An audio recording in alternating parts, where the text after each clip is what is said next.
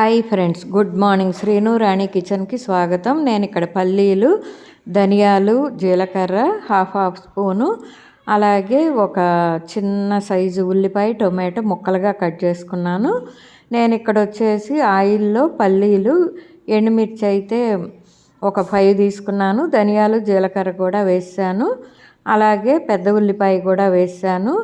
Tomato, ఎందుకంటే ఇది ఇద్దరికి సరిపోతుంది ఈ చట్నీ అనేది.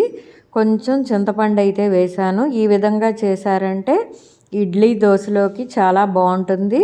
పల్లీ చట్నీ ఒకేలాగా కాకుండా ఈ విధంగా చేసామంటే చాలా బాగుంటుంది. ఇది చల్లారిన తర్వాత మాత్రమే మిక్సీ జార్లో వేసి కొంచెం కొంచెంగా వాటర్ అనేది వేసి సరిపడినంత ఉప్పు వేసాను.